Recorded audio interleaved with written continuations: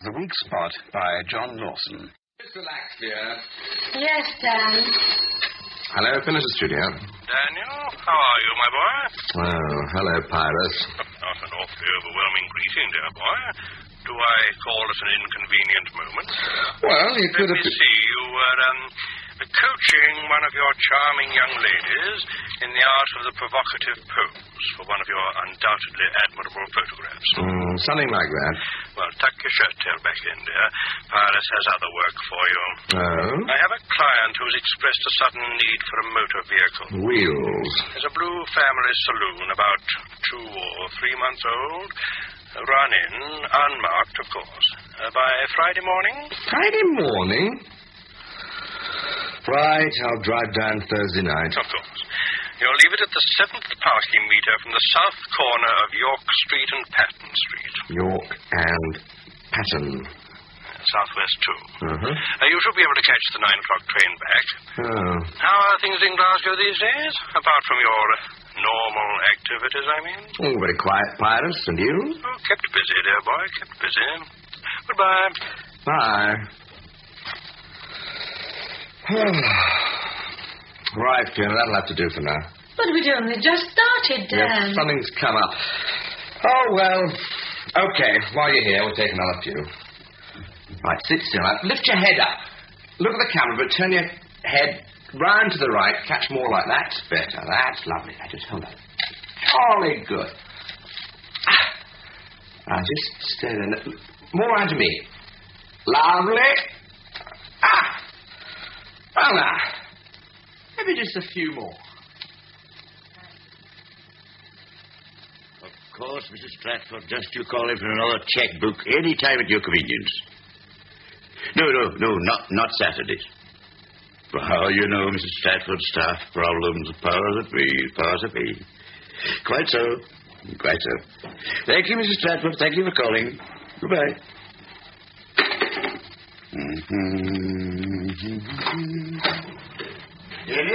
Yes, Mr. McCallum.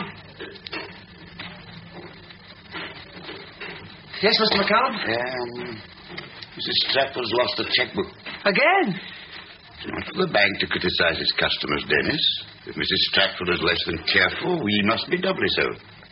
You know what to do? Yes, Mr. McCallum. I'll put a stop check notice in Mrs. Stratford's account. Good, that's all, Dennis. Thank you, Mr. McCallum. And close the door after you, Dennis. There's a lot to do. Yes, Mr. McCallum. Now. Yes. But mark the rustic haggis fed, the trembling earth resounds his tread. Clap in his willy knee a blade, he'll make it whistle, and legs and arms and heads will sned like taps of thistle.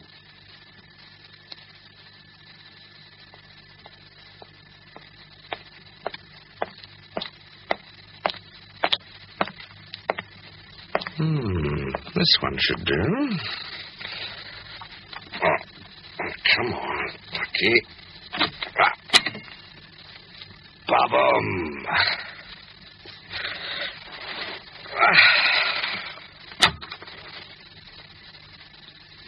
Joke.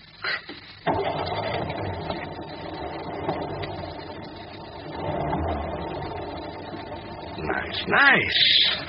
The telltale parts are always a cinch.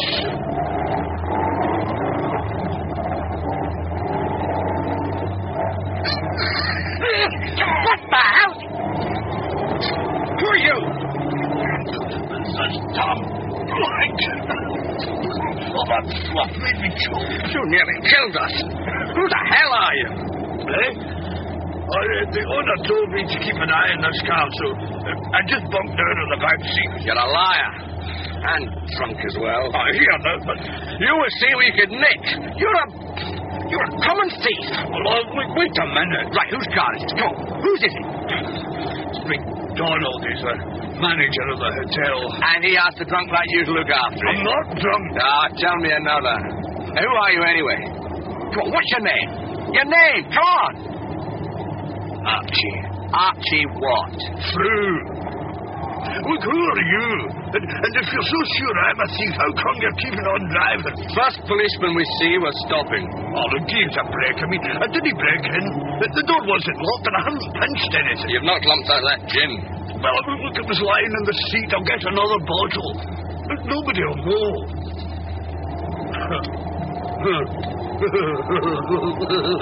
What is so funny? Did you see that big sign there? Where? All lit up, eh? A big sign as big as this car it was. Police, it said, and you just drove right past a police station, eh? You didn't stop. Because you're nicking this car, aren't you? Eh? You're a bloody tea leaf yourself. Shut your face. Hey, look, son. Just you drop me off at the next bus stop, that'll be that. We can just keep it to ourselves, eh? Oh, sure. In 5 minutes you'll be in the blower to McDonald there and yourself a quid or two. With me, I wouldn't breathe a word. You might as well just finish that bottle. You've a fair journey in front of you. And the tank's full, too. What? Drink up and shut up. You could hurt yourself falling out of a fast car.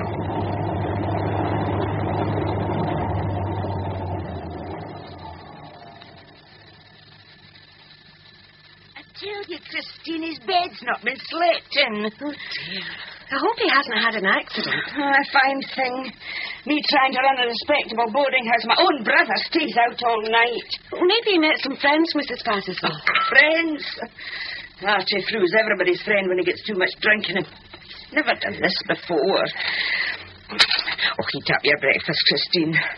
No use you being late for school just because I'm drunk and full of... Maybe he'll telephone. Phone? He won't have any money to phone with. Drunken and capable, they call it. Drunken and... He's not capable, he's sober. I'll get my coat. Where are you going? Well, I'll call in and see Bill Clark. Sergeant Clark. Maybe he has Archie sleeping it off in a cell. Shame. Shouldn't you give him a chance, Mrs. Patterson? I mean, he may turn up at any moment. I'll turn him up when he gets home. Oh, well, maybe you're right, Christine. Finish your breakfast. You'll be late.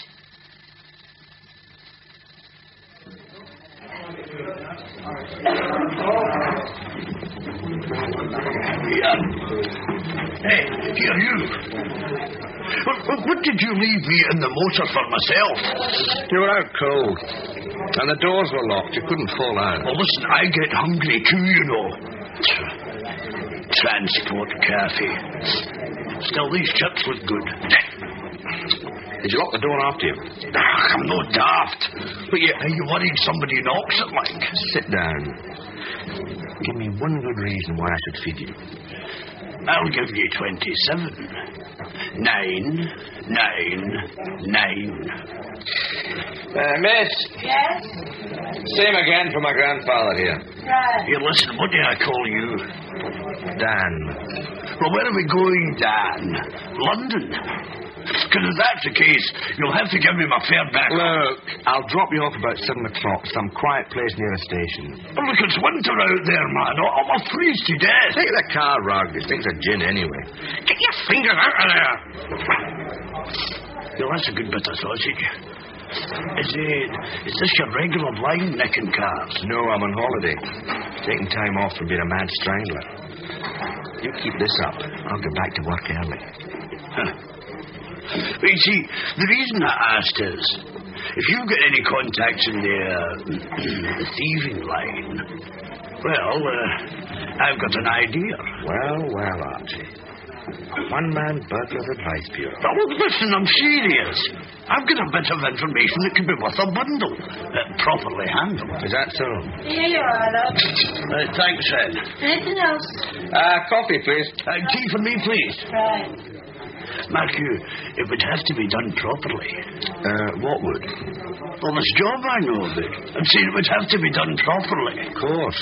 Well, someone with your talent for feeling door handles and getting driven off hiding on the floor, well, you would want everything done just right. Meat's a bit grizzly, isn't it? Listen, I'll tell you something, Danny boy. You should have checked the back seat before you drove off, that's what. What is this information, then? Well, there's not much to tell, really. Quite simple. It's just that I know a bank where I can get in any time of the day or night. Got a spare key? No key, no. But I can get into it. And not through a door or a window or a skylight or a trapdoor.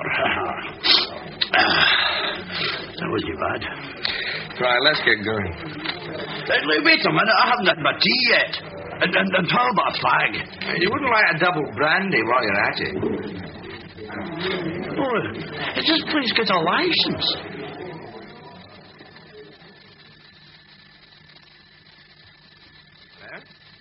Hello? Hello, Pirates? Daniel, something wrong? Not at all, Pirates. No snags whatsoever. Why, the telephone call, dear boy. The car? Delivered. Keys in the boot as usual. Well, you should be on the train by now, accumulating those dear little bottles provided by British Railways. I've someone I want you to meet, Pirates. Well, you know, dear boy, any friend of yours and all that. But at the moment, my social calendar is full. This friend belongs more in the financial column, not the social. Oh? Think of a bank in a smallish town. Local shops, traders, good business, steady stream of cloth caps and soft hats. Plumbers, grocers, butchers. How much cash would that kind of bank hold on a fat night? I am a teeny bit intrigued, dear boy. I think I know a way into that bank, Pirates. A bank? We are ambitious. We are interested. Strong locks, burglar alarms and bells and things notwithstanding? Not, as you say, withstanding. Uh-huh. Come and meet my new friend, Pirates. You are such a good judge of character. Corruptible character. That's the best kind. You know my reluctance to expose myself unnecessarily to unfamiliar germs, Daniel. That's all right. The park. In 10 minutes? 15, I think. A leisurely stroll in the park, not a headlong sprint. Have you ever sprinted, Pirates? I trust I shall never have to, dear boy. 15 minutes, then?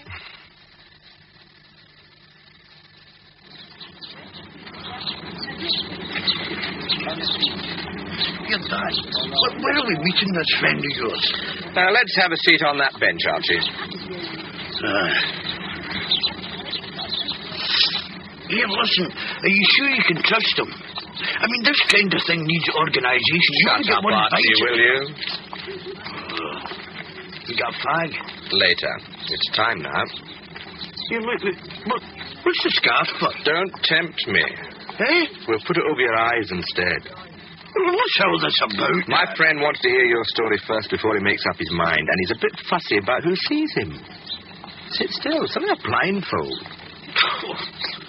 Blind man's flaming buff. Games in the park. You play your game right, Archie boy, and you'll get lots of pennies. But how do I know? Shut up, Archie. According to you, you're the only man in the world who knows how this job can be worked. You're losing nothing. Too late as a fag. I read somewhere you only enjoy smoke properly when you can see it, and you can't see a damn thing. Talk now, smoke later. Is he here yet? He's listening. Behind us a bed. Creeping up in the grass. Get going, Archie. Right. Where do I start? From the beginning. Oh. Right. Well, I was working with this firm of contractors, Angus Duffus are called. I was labouring a bit, helping the brickies, anything that needed done. I can turn my hand to most things, you see. Is he listening? Go on. Where in the name of social security did you find him, dear boy? Listen, is that rain I feel? No, it is not raining, Archie. Keep going. Well, it was about 3 years ago, you see. That Willie Grant, he was saying he was coming down with the flu. He was the brickie on the job. Well, man, his face was as white as a lemon sole, you see. And he'd had a row with the foreman just that week, and so the foreman said he was malingering. Well, nobody would believe him. So I told Willie, away home, and I'll cover for you for the rest of the afternoon. And you're still there. Go on. This is daft, sitting here talking to a bloody self. You're not. He's listening, I promise you. With considerable awe. Well, did Big Shaw the foreman no come up and ask where Willie was, you see? Well, I tell him he'd gone back to the yard because his trowel had broke, see? And Big Shaw said the bricking had better be finished that night or Willie was for the heave. What was the job, Archie? Well, it was this bank. Anyhow, they'd put in a new night safe and we were filling up an old door. There wasn't much to finish, so I started filling it in. And then I found that there wasn't much cement left. But if I went back to the yard and got more cement, they would rumble that, well, it had gone off, you see. So I shoved a whole lot of sand into what there was of the cement and used that to fill up the rest of the hole. Explain about the cement, Archie. Oh, is he still there? Mm-hmm. Right. Well, you see, when you're doing an outside wall, you need one part of cement to about 3 or 4 of sand. And then, you see, it sets like a stone. But the more sand you put in it, the weaker it gets. And I put in an awful lot of sand, see? I had to. So the bricks you laid... Aye, well, but bricks and concrete blocks, you see? I was running out of them too. Well, they're just sitting there. An angry mouse could push them in if he knew where to push. What happened after that? Well, Wally came back the next morning. He said it wasn't flu after all, just a bad beer. And he finished it off. And once the joiners and the painters were finished, there was nothing to see. Well, that bit of wall, it's on the line, you see, and it's rough cast. Well, it's just the rough cast that's holding my bit together. How big is your bit? Well, big enough. Big enough for what? God, he really wants to spell through it, doesn't he? Well, it's big enough for someone to climb in. If he knew where. And the inside wall? Nothing showing there. You see, all you'd have to do is cut your way in through that, of course, but that's no trouble. A wee keyhole saw and... Right. Yeah, are you still there, Dan? Archie, I want you to sit here and count up to 50. Then take off the scarf and go back to the pub we were in before we came to the park. Have you got that? Aye. All right, but that talking's getting me right thirsty. Oh, there's a note in your pocket. Well, so there is. Start counting. 1, 2, 3, 4, 5, 6.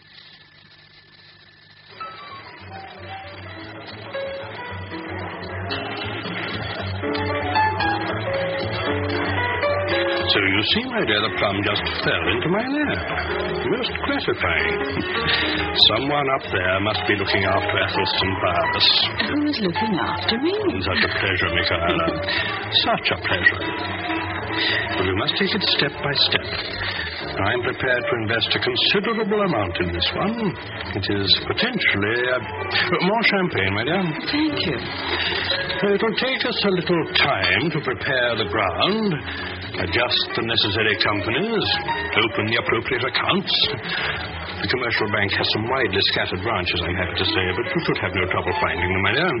Oh, remember, darling, I want to change. Well, of course. The bright butterfly into the dull moth. So we shall linger here for another half hour. Your flight north is not until after 10. What a beautiful asset you are, to be sure, my dear. From you, Athelstane, that is a beautiful compliment. Do you know, my dear, I do believe I could trundle around the floor with my research expert.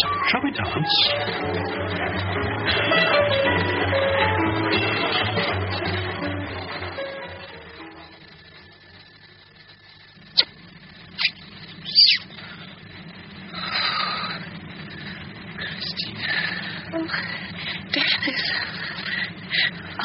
Go in now. Oh.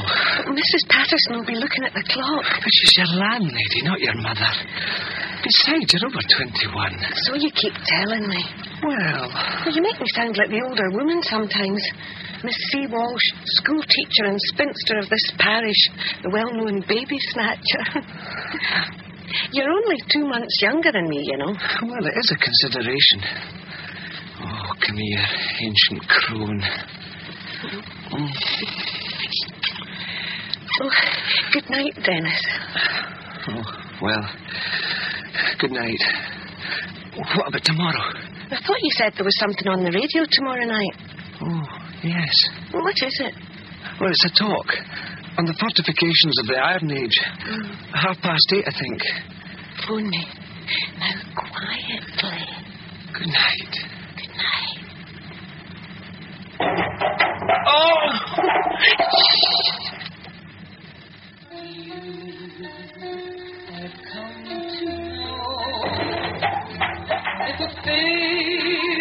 Did I hear something outside? Oh, just Christine's boyfriend. Oh, he's a nice enough boy, Mrs. Dale, but clumsy as a puppy. That was him falling over the dustbin. The other night he scattered the milk bottles. He even got tangled in the thorns of the rambler once. Christine had to come in for the torch and the scissors. Poor boy. Some men are so awkward. Hadn't they, dear?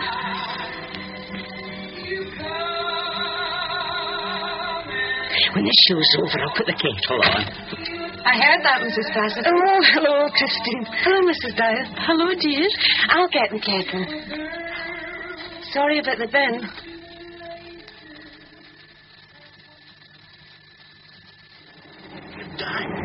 What's this bloke's name? You don't need to know that. Well, I like to know who I'm working for. You don't give a damn who you're working for as long as you get paid.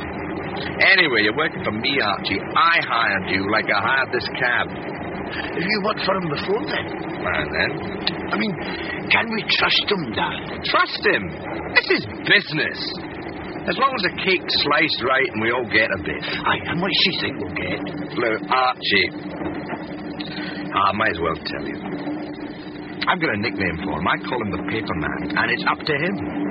If he thinks your little hole in the wall can pay off, you can take it from me. We'll come out of it all right.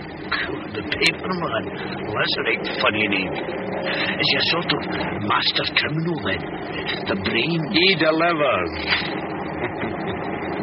I knows a lot of people. I've got a lot of fingers and a lot of pies. And he foots the bill. If anyone can use your sandy cement, the Paper Man can. Oh, here, there's something I forgot to tell you. What's that? The bank, you know, the one we were talking about. Well, it'll be closing up. What? We saw these mergers and things. You see, the same bank owns 2 branches in the town now, and they'll be closing one of them soon. Well, the story goes it'll be ours. Is there anything else you've forgotten? What about expenses? If and when you have any expenses, you just let me know. But not until the job is on. If it's on. Right now, you've got your fare home and a bit extra. Aye. You know, I've always wanted to travel first class. You'll go second class, you stupid lump, and like it. You arrive home first class, and the whole town will have a story. Go home and sit tight.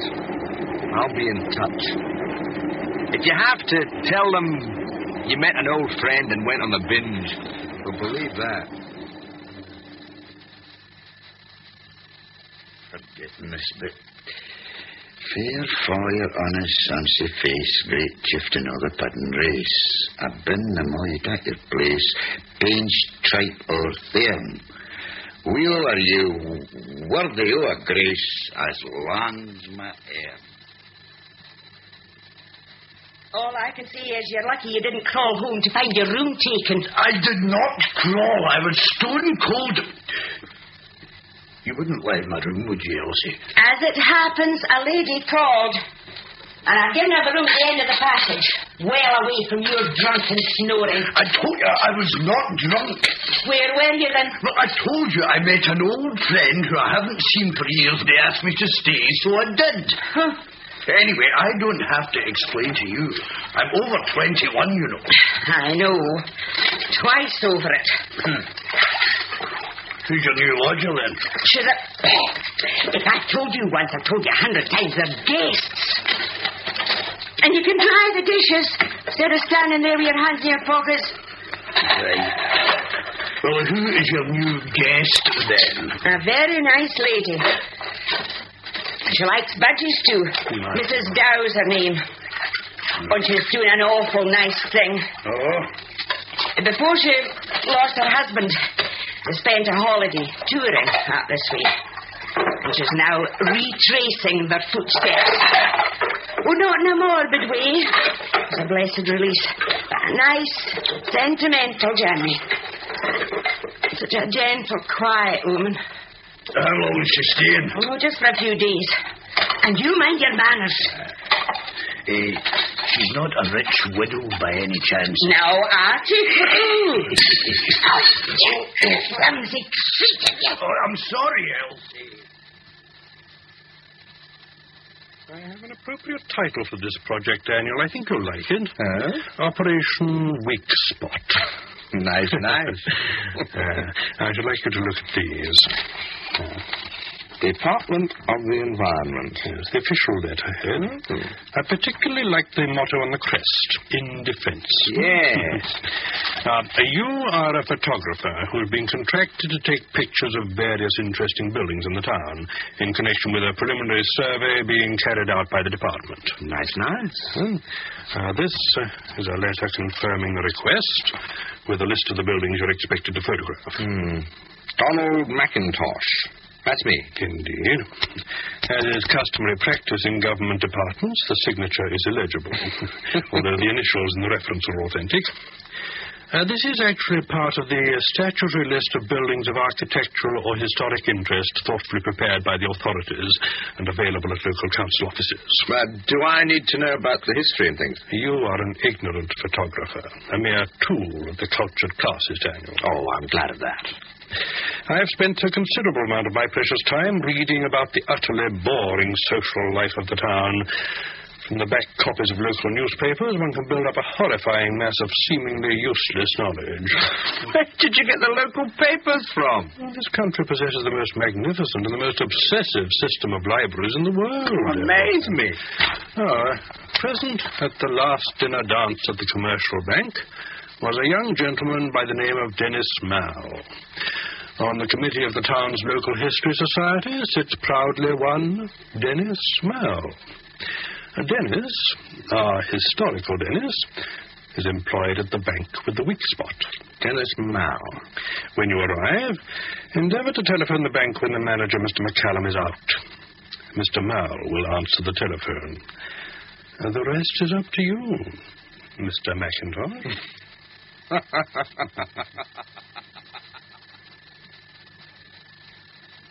Home for home, the stretch and drive. No. Strive it. Then home for home, the stretch and strive. Deal take the hinmost on the drive. Of course. But I must buy you lunch, Mr. Mann. You've been very helpful. Well, I usually go home, Mr. McIntosh. Please. I mean, I've taken up a lot of your time this morning. Of the bank's time, actually. Well, it's all in the public good. And you have told me more in a few minutes than I could have found out in hours of asking around. I simply must buy you lunch. Well, I'll have to phone home and tell Mother. I suppose you can put it in the oven for supper. Good. I ate in a very nice place yesterday near the station. And they'll have a phone. Yes, sir. I don't think I've eaten in more than 2 or 3 places in the town. Oh, why should you, Mr. Marley? Your home is here. You live here. It's your town. My town? Oh, yes. Yes, it is. 1789, you said the building was built. Good Lord. Nearly 2 centuries. Yes, George III, actually. Of course, it has been substantially altered since then. Believe it or not, Mrs. Patterson, they're actually going to redecorate the staff room. Oh, that's nice, Christine. More toast. Thank you. According to Miss MacDonald, it's the first time it's seen paint for 50 years. Where's Mrs. Dow this morning? Well, she caught the 8 o'clock train. She had to see her late husband's lawyers in Edinburgh, and then she was going to see her husband's cousins in Stirling. Oh, but she'll be back tomorrow. Pass the sugar. See, there was an accident last night in the paper. Oh? Where? Main Street. Lorry skidded into a wall. It was frosty last night. Anyone hurt? No. Lamppost knocked over and the lorry was damaged. Substantially damaged. I can use that this morning. Get my kids to draw their version of the accident. Lots of red crayon. Nothing like lots of blood for a good accident. At the corner of Main Street and Rose Lane, it was. I must tell Dennis. Where? Rose Lane. But that's beside the... Oh, yeah, I've got to go. Sorry, Elsie, I've got to go. What's got into him? Up at breakfast now before 9. He must be sickening for something. It was tricky. I had to soften him up enough to get him talking, but I couldn't have him staggering back to the bank like Lee Marvin on a bad night. Just imagine a bank teller unable to differentiate between fives and ones would be conspicuous. He's not a teller, Pyrus. He's a clerk. Dennis is a minor executive who looks after the electric kettle and dreams of the day when he'll have his name on a door. Anyway, I've finished with it. Have you been inside the bank? Briefly. Long enough.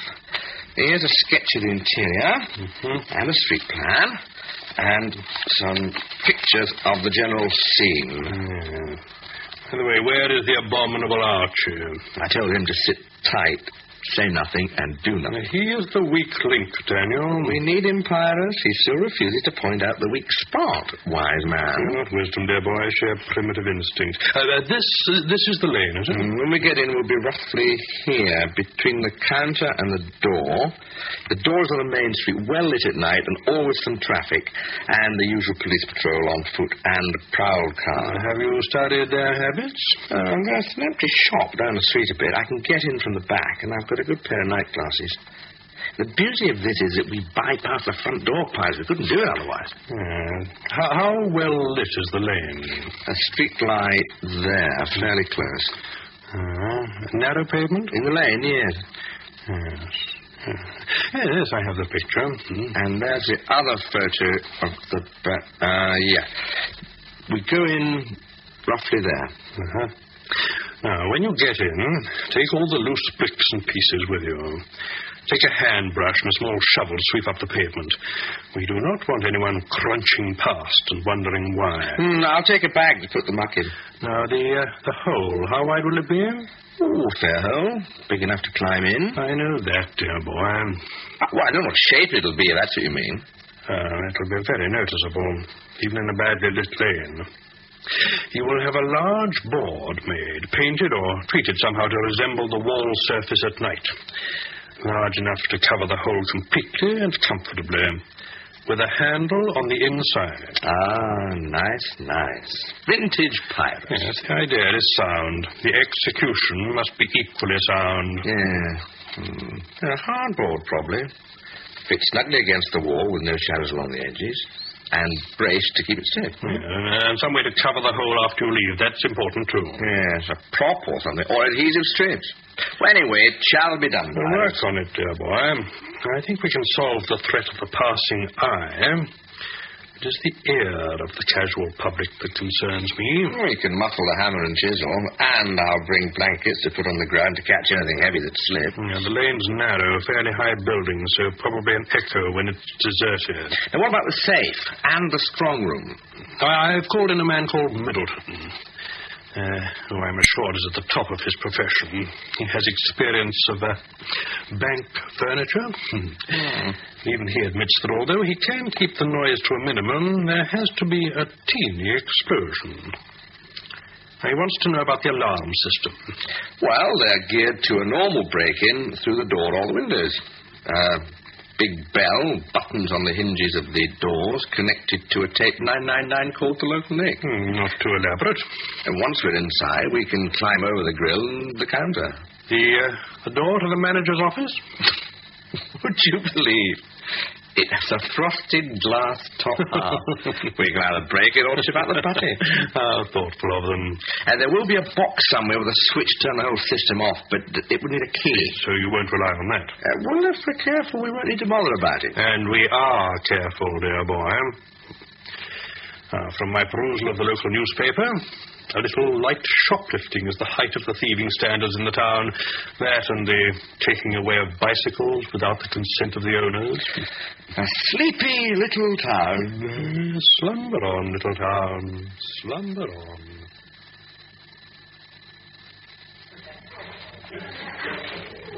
Good afternoon, Mr. McIntosh. Good afternoon, Mr. Mal. I brought the box along. You are sure this is all right? Oh, of course, Mr. McIntosh. Just slide it across. And I've brought a list of the contents. There's no need for that, Mr. McIntosh. I'll just enter it in as contents unknown. Well, as you can see, it's just prints and films and a spare camera. Just lock it up and I'll put it away, Mr. McIntosh. I'll give you a receipt. Mr. Donald McIntosh, Department of the Environment. Edinburgh. And I'll call for it as soon as I can. It's a nuisance being called away like this, but whatever this urgent job is in Edinburgh, it shouldn't take all that long. You would just sign here, Mr. McIntosh. And this is your receipt. Thank you. I do appreciate this, Mr. Mal. I wouldn't want to leave this stuff in a hotel, and it's a load to carry about. It'll be safe with us, Mr. McIntosh. Thank you. And I won't forget you'd like some pictures of the local building. Oh, thank you. Not at all. You're helping me. It's the least I can do. Nice. And they'll take all the boxes and things out of that strong room and transfer them to the other branch.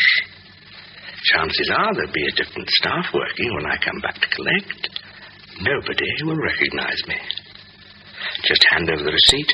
Thank you very much for your esteemed service. Thank you for your custom.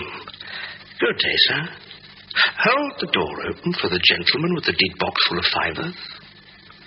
And off into the rich blue yonder, and nobody the wiser. Not even... especially not even old paperman himself. P.A. Pyrus, Esquire.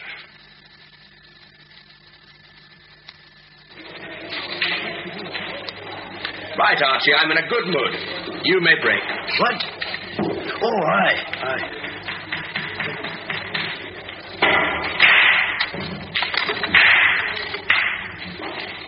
Well, that certainly spread them out a bit. You know, a damn near thing it was. But that damn lorry. Blue, I think. You know, another 6 feet and it would have hit the side of the bank. And if it had hit the loose bits, well, it would have ended up parked right on top of the counter. But it didn't, Archie. It didn't. 6 and 1 is 7. When you loosened it up, though, the rough cat's all cracked. Will they repair it, do you think? Oh, I doubt it. I mean, they're shutting the place at the end of the month, Dan. If we're removing, there's not much time.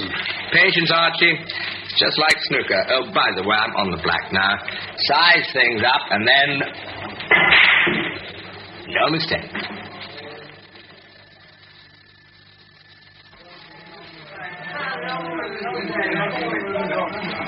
Evening, dear boy. A brandy waiting for you. Hello, Pyrus. Thanks. Isn't it? All right. Well, I've got 40 minutes before the next flight back. Ample time. And Daniel, I have another string to add to our mutual bow. The weak spot. Yes, that particular branch is connected to a computer system. So? It has a small feeder unit through which it communicates transactions to head office. Now, say someone, ICI, pay you by check and you deposit the check in the bank, the information is relayed direct to the computer at head office, and ICI's account is debited. Sorry, Pyrus. The machine is fed data.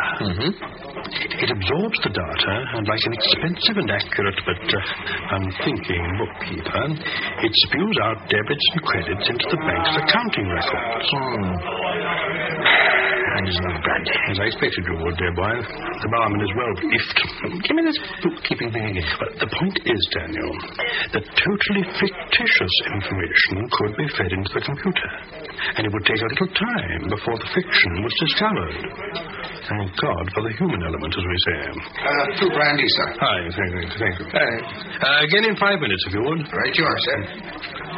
I'm beginning to see. Now, if we could arrange for certain information to be fed into the computer, nothing major, just 1,000 or two, thinly spread to the credit of certain widespread bank accounts over which I exert some anonymous control. Got it. Nice. And you withdraw the cash before they find out. Something of that order, dear boy. I believe one should seek to benefit from the technological advances of our age. How much? Oh, nothing too ambitious. Large amounts might, well, indeed they would, arouse suspicion. There should be enough to cover our expenses. Say, 10,000? Approximately. Split? Well, as you and I, dear boy. No need to complicate the lives of simpler, less astute folk. Yes, and how do I work this thing? We shall have to bring in an expert. It's not the kind of teach-yourself subject one can grasp in a few hours. But you happen to have an expert in mind. True, in fact. The branch is linked to head office by telephone and involves a complicated system of numbers. Now, I have someone who can accomplish that link, and a second pair of hands to ply the electronic gadgets with the necessary information. True. Listen, I'll have to come in with her. Where you can go, dear boy, others can follow. That's the risk. And to the rewards, Daniel. This computer thing, it works at night. So I believe. Computers do not slumber, but they can be switched off. And switched on again by a specialist. Here's the telephone number of the telephone gentleman. Right. His name, for our purposes at least, is James. He was at one time an employee of the post office, or the GPO as it was then. And the computer bloke? I'm in process of arranging that. Right. So, 5 of us going. A computer man, a telephone man, Archie, Middleton a safe. You meet him on the night. And me to supervise and pack the bag. How's the night traffic along the street in front of the bank? Any heavy lorries? No, it's a bypass. Just private cars at night. During the day, there are lorries and vans delivering, but nothing big after about 6 o'clock. Should have liked something to cover the sound of the safe being opened. It's not a dance hall nearby, perhaps? The disco is streets away, unfortunately. But there's a hotel just across the lane, and it has a restaurant on the first floor. Overlooking the bank? Yes. And do they do what is popularly known as function? Well, I'll find out. We're looking for a dance with electric guitars or accordions and drums. And look into it, dear boy. A sound barrier, in fact. Drink up. We have time before your return flight to go over everything again, have we not? Fingers are the flying yo-yo.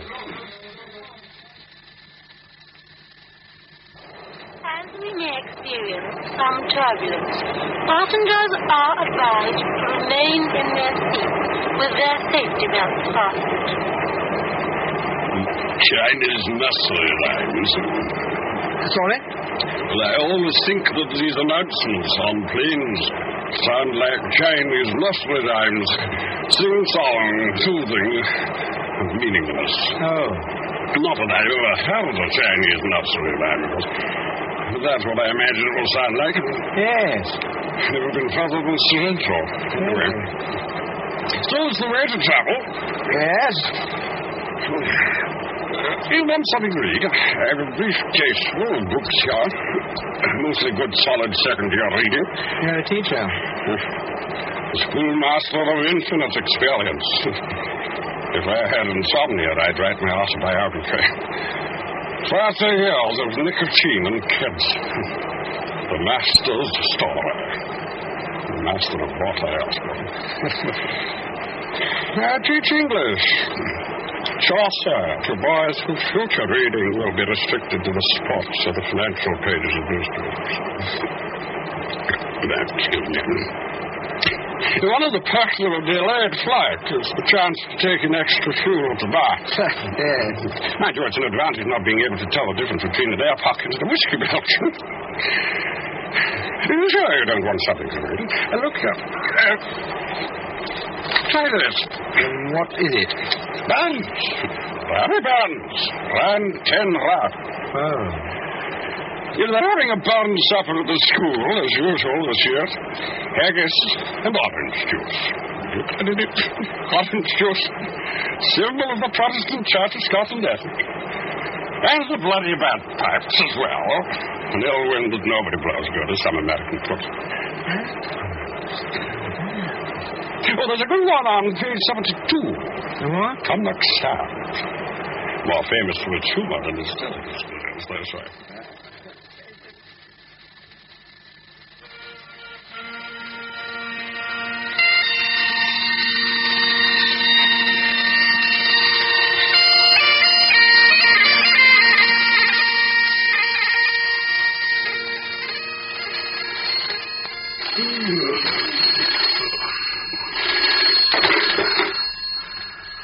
Hello? Pyrus? Daniel? It's very late. I know, I'm sorry, but it's about the weak spot. What about it, dear boy? Careful with your words. Right. I think I have found a sound barrier. It means fixing a date and pretty tight timing, but it looks good. Indeed.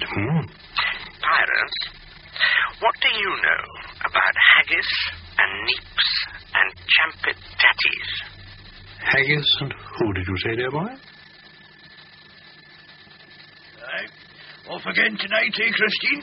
Yes, Mr. Frew. Actually, we're going to a lecture tonight. Oh, by the way, I hope you won't mind me mentioning it, but it'll be Mrs. Patterson's birthday soon. Oh, aye. Oh, I hadn't forgotten. It's the end of January, isn't it? Yes. The 26th. Aye, that's right. The 26th it is. I Yes. thought so. That's the day after Burns Night, so we won't forget it, will we? Oh, no. What's the lecture about? What? Oh, it's the Local History Society. Dennis is very interested in local history. Oh, aye. There are a few tales about this town. Anytime you want to know anything about this place, let me know. He's particularly interested in old buildings. Now, where did I put my gloves? Buildings, eh? Oh, I don't know anything about buildings. No, not me. I thought Mrs. Patterson said you'd been in the building trade. What? Oh, don't listen to her. Buildings. No, I don't know nothing about buildings. No, nothing at all. Oh. Well, I must get going or I'll be late. Bye, Mr. Frew.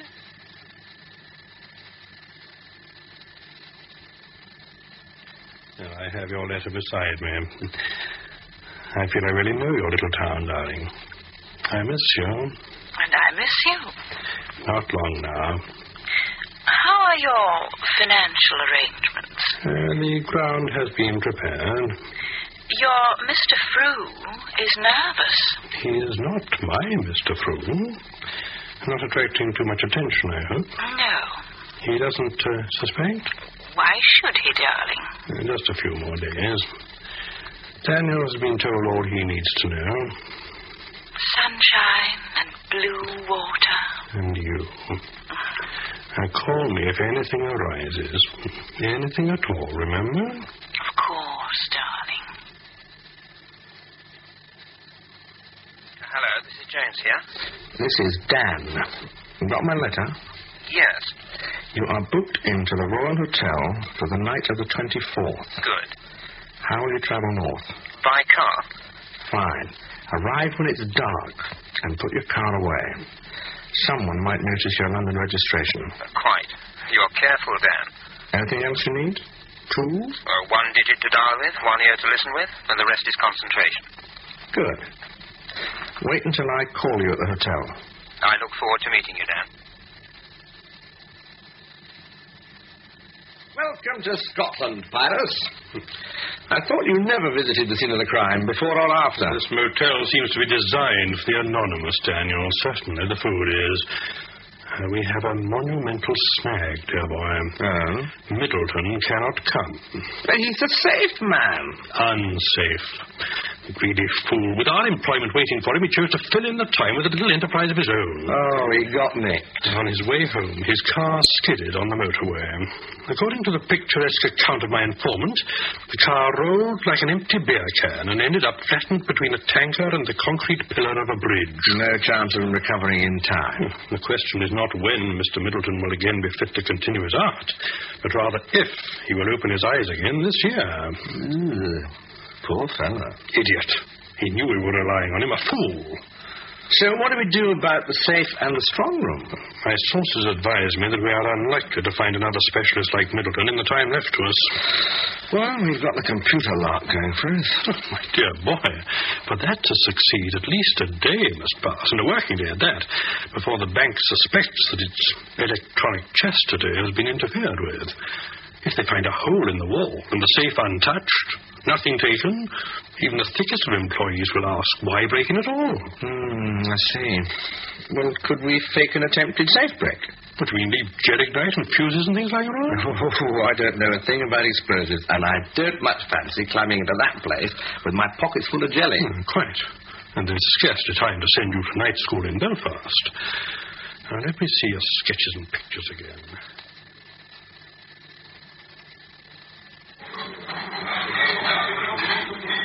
Man, it'll come to her, too. Only don't make cream cakes like they used to. It's these polyunsaturates. No, it's our cows. They're not the same. It's cholesterol. That's the trouble. They look the same. Brown and white, black and white. All swishing tails and things. And the sodium glutamate. The inside milk machines. This milk machine's no carrot for cows today. I didn't know you ever lived in the country. Do you want that one with the cherry? Oh, you have it. I'll try that. Chocolate.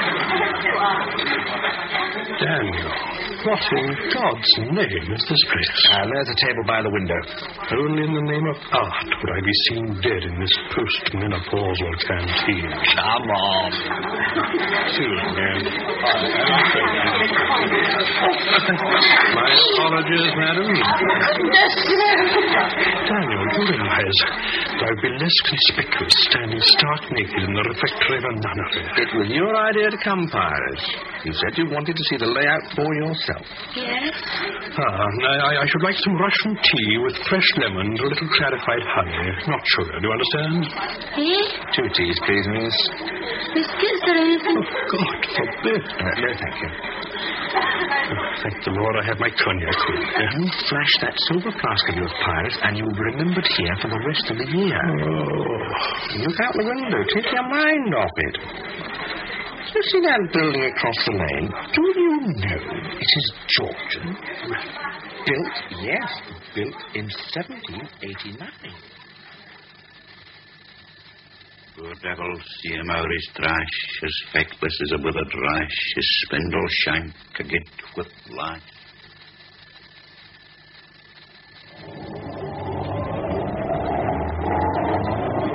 Well, at least you're on time, Daddy. I followed your bus. Well, you never saw you. You weren't supposed to. I saw you get on. Where are we going, Dad? To meet a few friends. Oh, is this what they call a briefing? You watch too much television. Here, you'll give me a lift back to town after, eh? You see, these buses are so few and far between. If you weren't here this afternoon, where would you usually be? Well, at the pub maybe till 2:30. And then maybe over to the bookies, see the boys. They won't miss you at the betting shop. No, I come and go, you see. And what after that? Well, home for my tea. Ever miss it? Well, sometimes. Sometimes I go back to the pub at opening time. Depends on the DJs, you see. So if you didn't turn up this evening, your sister won't be surprised. No. You puts all this about, Dad. I'm keeping you under my wing for the rest of the day, Archie, my boy, that's all. What? It's here, it's not. You mean it's tonight? We're in business. Oh, but I didn't. What about my tools? All laid on. We've got everything we need. Well, we'll need to eat. We won't starve. But where are we going, Dad? I mean, now. Just sit back and enjoy the run. Or sit forward and enjoy the run. Or don't enjoy it. But shut up.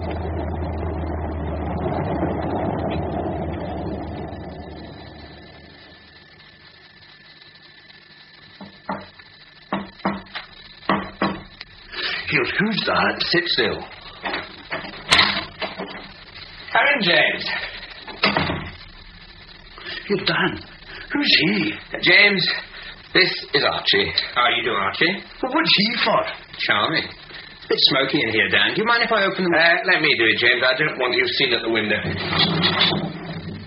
Anyway, we'll pull the curtain soon. Dark in half an hour. You listen, is that hair oil I smell? It's aftershave, actually. What? Do you shave in the afternoon? Well, twice a day, actually, with my growth. The name of God, Dan, what is he for? Well, put it another way, Dan. What on earth is he for? Archie gets us in, James. He is our guide dog. Oh, woof woof. Now, just a minute, you. Shut up, Archie, and make yourself useful. There's coffee in those flasks and sandwiches in the box. You fill your mouth and you keep quiet. Aye, right. Who are we waiting for, Dan? Mike. Now, who's he? You'll find out. We'll go through the whole bit when we're all here. And not just once. Do you have any problems, James? None. After you called me this morning, I spent some time in a call box. Spoke to a contact in the phone game. My information is still up to date. Good. Listen, what do you do? Even with his mouth full of what looks like salmon sandwiches, he still makes a noise, Dan. Look, I want to know, Dan. And you spilled coffee all down your front. Who's that now? Just a minute. Good evening, Mike. Mike, this is James. How do you do, James? How do you do, Mike? And this is Archie. Afternoon, Mr. Frew. Hello. Here, listen, don't I know you? Well, you see, I know your face, but, Dan, what's he for? Time to pull the curtains, I think. Good. I'll be glad to get these off. Yeah, let me take your coat. Well, here, listen, see me take your bonnet. Oh, my God, that's very good. Now, I thought you were female. I have an awareness about such things. But you're... A grey wig, spectacles, and a skirt below my knees. Mr. Frew. Mrs. Dow. My God, it's a Wonder Woman. But... No, I don't quite understand this, Dan, but at least Mike has managed to do what we could not. Silence Archie. Now, Mike's a specialist too, James. Computers. Now, let's get down to it, shall we? Step by step. Good gloves, Dan. Surgical rubber, no less. Keep your lily-white hands nice and clean, hey? We all wear gloves, Archie. Let the bricks will wear a hole in them in the first minute. Wear these for the heavy work. Now that's better. Good, thick stuff. They suit you. I'll need light to work by inside, Daniel. Here, try this hat on. What on earth? It looks like a miner's lamp. Yeah, something like. And we'll be taking a big, heavy blanket to drape over you and the machine. It'll be a bit warm, but we can't have any spare light spraying about. Sit on the floor, Archie. What? Go on. Sit on the floor. Beside that chair. But what for? Go on. Right. Now, this is the shutter. Now reach over the chair. Pretend you're leaning through the hole.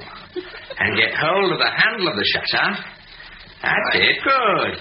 Now, pull it upright against the chair. Splendid. It's not too heavy. Archie's a big, strong man. Okay, Archie, you got a hang of it? There. How's that? Fine. That's good. It's easy. Hey, look, I can even hold out with one hand. Both hands, Archie, and all the time. Right. Now, that is the exact colour and texture of the wall from 3 feet. Nobody will look twice at it. No loose change in the pockets. No rattling boxes of matches. Better not take your handbag, James. When you're swinging that hammer, Archie, remember to keep your head in the way. I'll cut it out, you two. Rubber soles, dark clothes. And we've got a black sweater for you, Archie. We picked it out specially. And gloves on all the time. As soon as I'm on the telephone, Dan, if there's a recorded 999 device from the bank to the police, my call blocks it. I may have to hang up and try again several times, so it'd be a good idea to tie back the telephone bell while I'm working. I thought there was supposed to be a bloke coming to blow the safe. We have made alternative arrangements, Archie. Oh, aye. Like taking a tin opener, are you? No, a fish. Well, normally, this man makes his living at auction rooms and dog tracks and similar gatherings of well-filled pockets. He's known professionally as the fish, from those loathsome objects called fish fingers. He's extremely expensive, dear Moore. We had to tempt him from his usual habitat, and at short notice. But we're not in a position to haggle, are we, dear boy?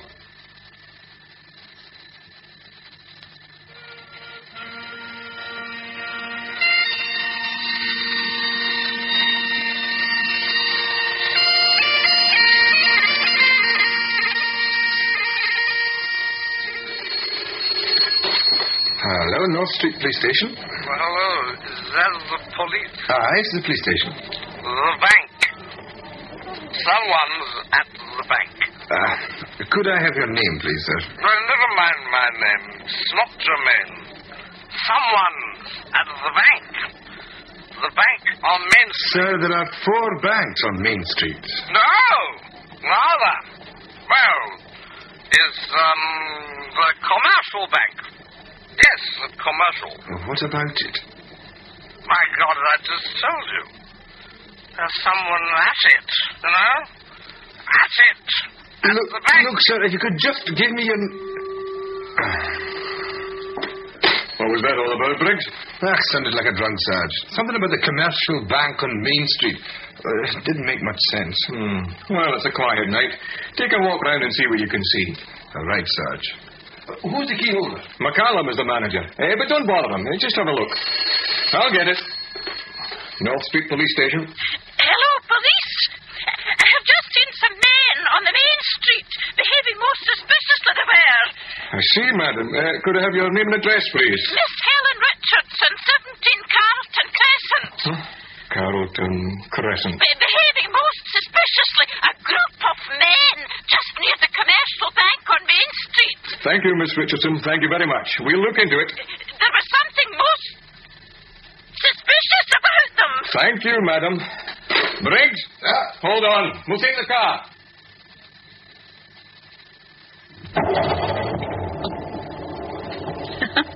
They fell for it. That should do it, then. How long, do you think? Oh, by the time they picked Callum up at the hotel, tried to remember his keys and back to the bank. Oh, good half hour, I should think. I'll drop you at the other car, meanwhile. And I can keep James and Archie from eating each other. Yes. Listen, do you think they'll check on Miss Richardson? Oh, I doubt it, Daniel. She's definitely away from home anyway. I checked on Mrs. Patterson's boarding house gossip. Well, now it's all up to our pickpocket friend.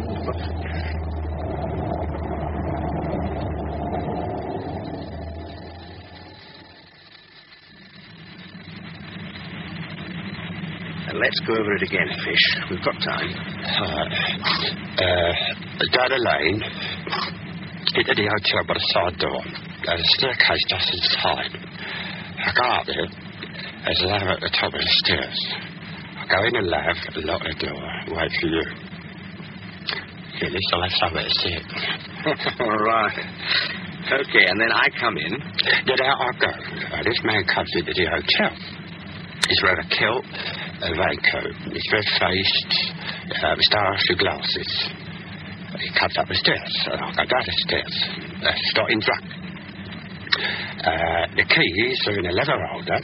Probably in his right-hand pocket. With a kilt, he doesn't have trouser pockets. Well, if he's got a bit of sporran, I'm in dead trouble. I never did the sporran before. On you go, Fish. Well, I ask him for a light, block the stairs and pester him. When I got the keys, I say, enjoy your supper. And if you don't get them? I dare say, hope your haggis is okay. No, either way, I let him go up the stairs. And either way, I get paid. Right. Supper, you've got them. Haggis, you haven't. I'll go out the door, wait for you. You get the keys, or you don't. Either way, I'm on that 9 o'clock bus out. Right. if I don't get him, you're waiting for him in your car. You know, I don't want to know about that bit. I'm not fussy about that bit myself.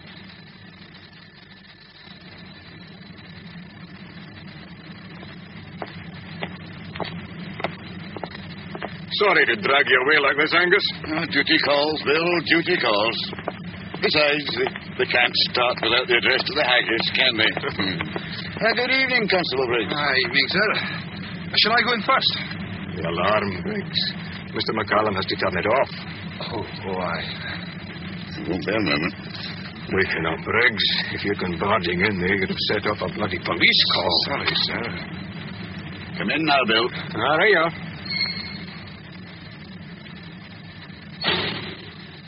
Into the lights. Quick look round the public office. Into the back. The manager's office. Check the windows. The safe. The strong room. Shake of the head. All clear. False alarm. Smile. Still, you can't be too careful. And out again. McCallum will be keen to get back to the hotel. Mike. I'm off, Mike. And Archie, don't you move till Mike tells you. All right, James? Fine, Dan. I wish to God I knew what she's up to. Archie. Well, Angus, false alarm. Still, we can't be too careful. No, it didn't take long, Bill. Good night. Hey, Angus, your keys. Yes? Oh, they're safe enough for me, Bill. Good night. Good night.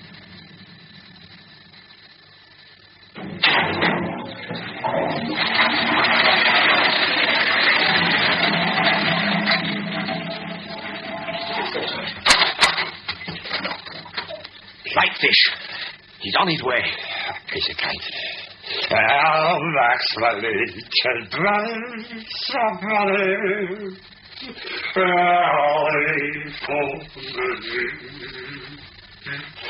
The great man, Robbie. What? Oh, yeah. He's a great man. Give me a light, please. I'm afraid I'm in rather a rush. I shall brothers be through that. Yes, of course. Well, here you are. Sorry. Steady, old man. Steady. So much room at these stairs. There you are. That's it. Great man. Very much. Indeed he was. Thank you very much. Thank you. Not at all. Are you coming to the Barnes dinner? Oh, yeah. But you enjoy your supper.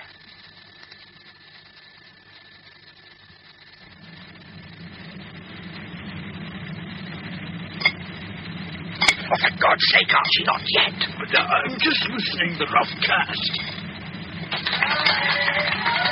No, not yet. Look, they're making a fair din. They'll make more yet. The curtain's drawn. No one will move till I open the window. Here, what if somebody looks out? Get ready. Clear both ways. Go, Archie. Dad's got it now. Just about here. Oh, here. Feel that. Keep going, Archie. I'll catch something. Damn it, it's coming. That's damn near pure sand, that is. Right, catch it, Dad. Got it. Oh, move, damn you. Push them in, Archie. Never mind if they fall down inside.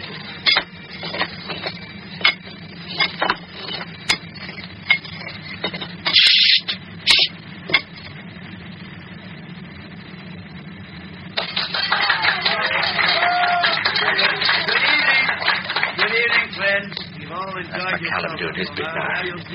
Gently, Archie, gently.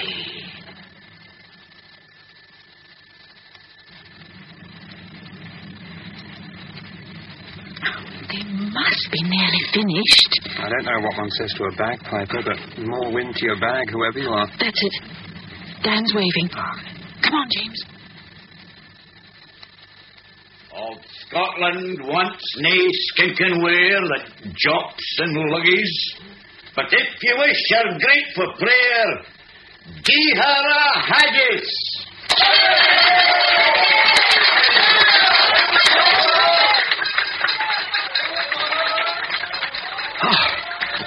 Right, thanks. Right, Archie. pull the rope now. It's coming. It's like a drawbridge, isn't it? Right, I've got the handle. It's working beautifully, Dan. Congratulations. Right, got it, Archie? Aye. Hold it firm against the hole. You're sure it's all right outside? The pavement's clean, and that shutter is an exact match to the wall. Well, we're in, folks. Make yourself comfortable, Archie, and hold it exactly as it is. Aye. Right, James? I'll get the alarm. You wait here. Listen, how long would you like to be? Not long, Archie. You're doing fine. Okay, this way. James, phone's on the desk. Mike, the machine.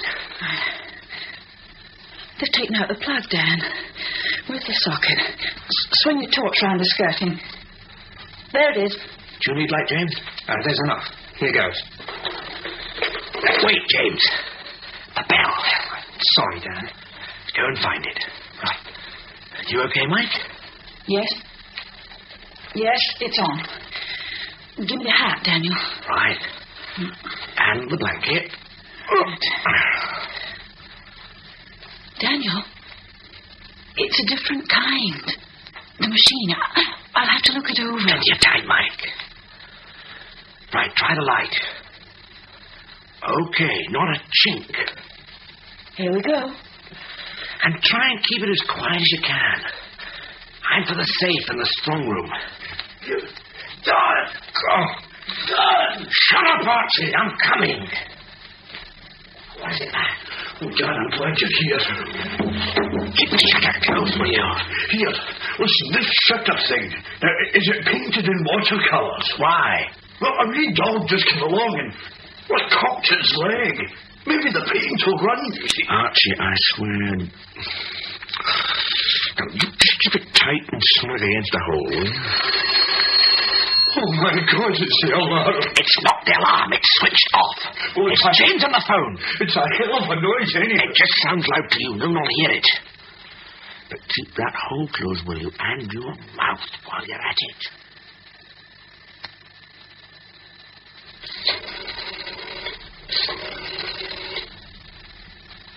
All right now, James? That's it, Mike. We're through. Connected. Under you go. As Paris would say, un filthy lucre, d'abord. Donald McIntosh, Department of the Environment. Good.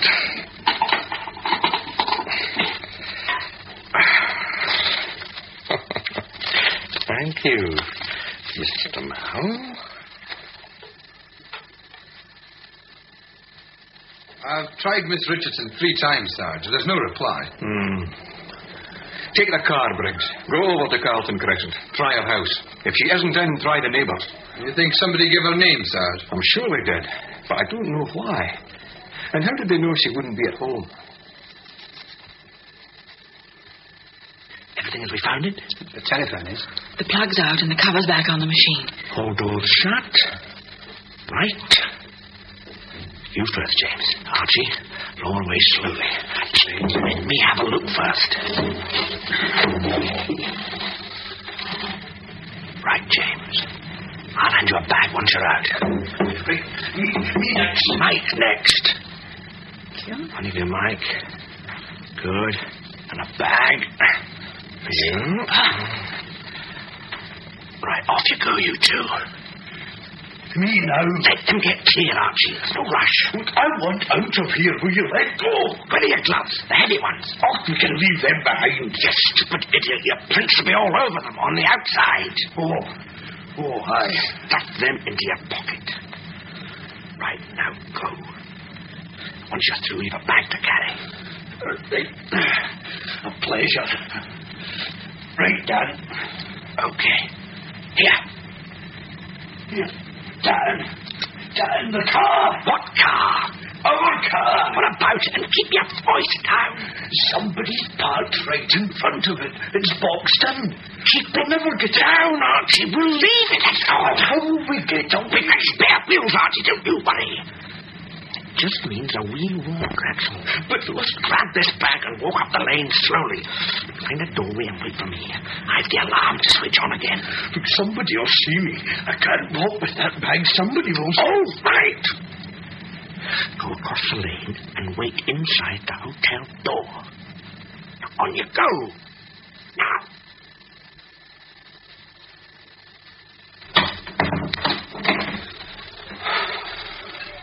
Easy now, Archie, lad. Just take it easy. I say, you don't happen to have seen a set of keys, do you? What? Oh, no. I must have... No. Oh, I'm sorry. Excuse me. He's looking for keys. What? Keys. Well, I seem to have mislaid some rather important keys. Keys, eh? A bunch of keys in a black leather key holder.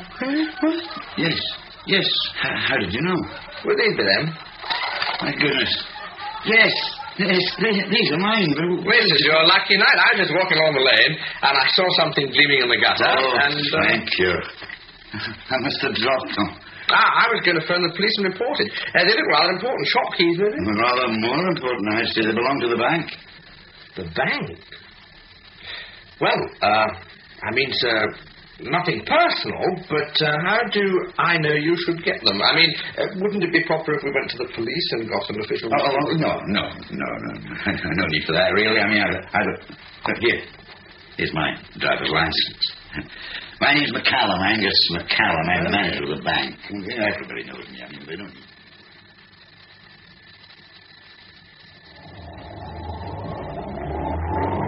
Hey, what's this? Where are we going? Where is she going? Now, Mr. Frew, Dan was worried about possible roadblocks, just in case someone discovered our visit to the bank too early. So we are travelling without the goods. I bet Dan's got the cash in his car. No, he won't, Mr. Frew. And don't worry about your remuneration for the evening. I have that right here. But suppose Dan gets stopped. Cool was the word you used for Dan, wasn't it? Dan is not driving tonight. He will go back to his hotel, leaving his car parked in the public car park overnight, with the proceeds of your weak spot in the boot. Locked, of course. I can't trust anyone these days. Oh, I see. And when he thinks all is clear, he'll drive south.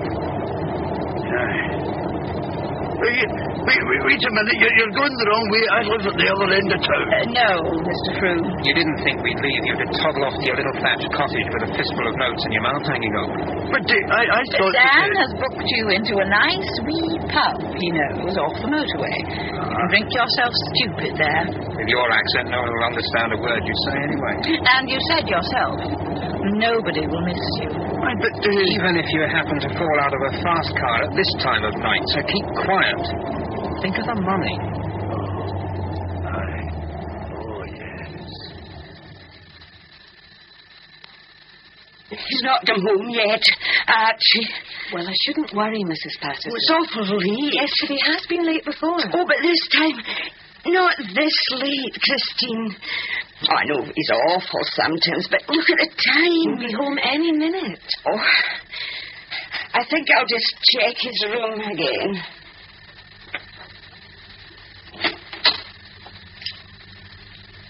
No. Well? Yeah. What's this? What? It's his old suitcase. What's that doing out? I don't like the look of that. Look, give me a hand, Christine. We'll put it on the bed. Oh, should we, Mrs. Patterson? Of course we should. It's my house, isn't it? Look at that. All his clothes. Shoes, his suit, everything. He's got his picture. Picture? See, that's the team he used to play for. There he is, the front row with his arms folded the way they do. And that's Davy, my husband. He was a goalkeeper. Fine figure of a man. Yes. Oh, my, what's Archie Frew getting all packed up for? Where does he think he's going? There's something else.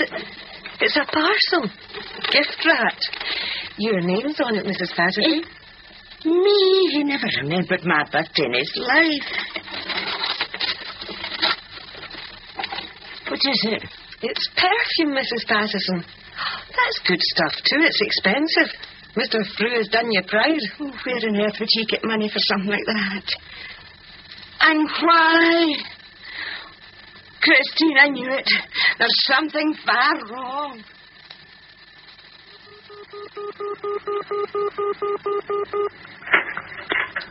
Hello?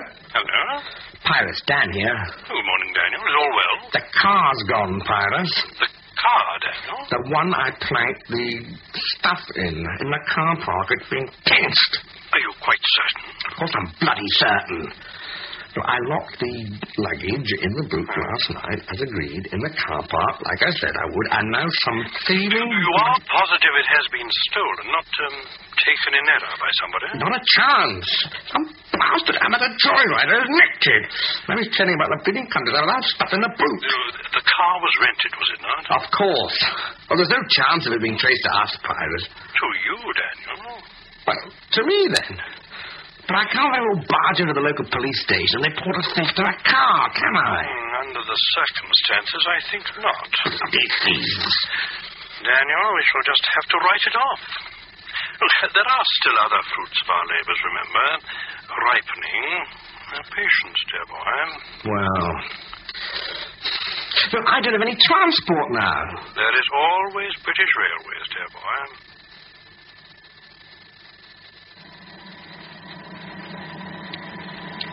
I was wondering, Athelstane, what is the difference between a first-class cabin and an ordinary one? I shouldn't concern yourself with such things, Michaela. If you insist, I am sure you could visit the lower regions sometime during the voyage. Meanwhile, this is the best they can offer. Very intimate, too, darling. There's the bell. I want a newspaper.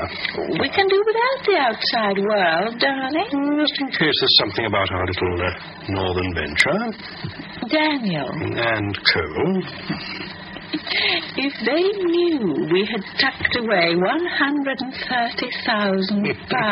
via the computer, they'd be swimming after the ship. Climbing aboard like rats. Athelstane, I've been playing back our time in the bank. Daniel spent rather a long time in the strong room. I still haven't worked out why. Now, lean to me. Fabulous. A bit more eager. Great. End of a reel, that'll do. Well, here, you can get dressed now. Have you thought about that trip yet? Oh, I'm keen, Danny. That's nice. About the middle of next month, I was thinking. Drive up north, best hotels. What do you say? Sounds great. Come into money, Danny boy. Well, as a matter of fact, I've a sort of account to collect up north. Big one. I'll help you spend it. Couldn't happen to a nicer fellow.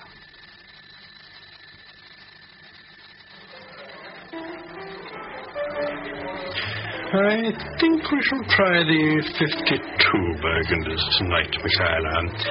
Not that they'll live up to the 59s, of course. Mr. Pons? Yes? Well, thank you. What is it, dear? An invitation from the captain, perhaps. No, a telegram. Oh, let me see. Arrowroot on ice. Stop. Eagles. Stop. What on earth does that mean? I asked one of my assistants to keep an eye on the computer transfers. Arrowroot is the name of one of my companies to be credited with the transfer. Yes. On ice. Stop. Eagles. Stop. On ice means frozen. For some reason, the bank has stopped all its transactions to the company. And eagles are inspectors, investigators, snoopers, and all such gentry who pry into other people's affairs. I see. If they've frozen Arrowroot, the chances are the rest is held up as well. Somewhere, something has gone sadly wrong. You don't suppose the captain would throw us overboard if I diluted this consommé with cognac, do you?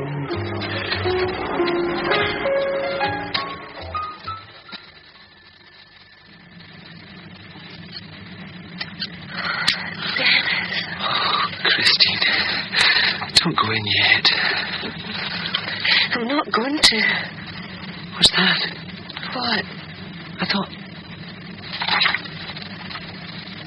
Got you!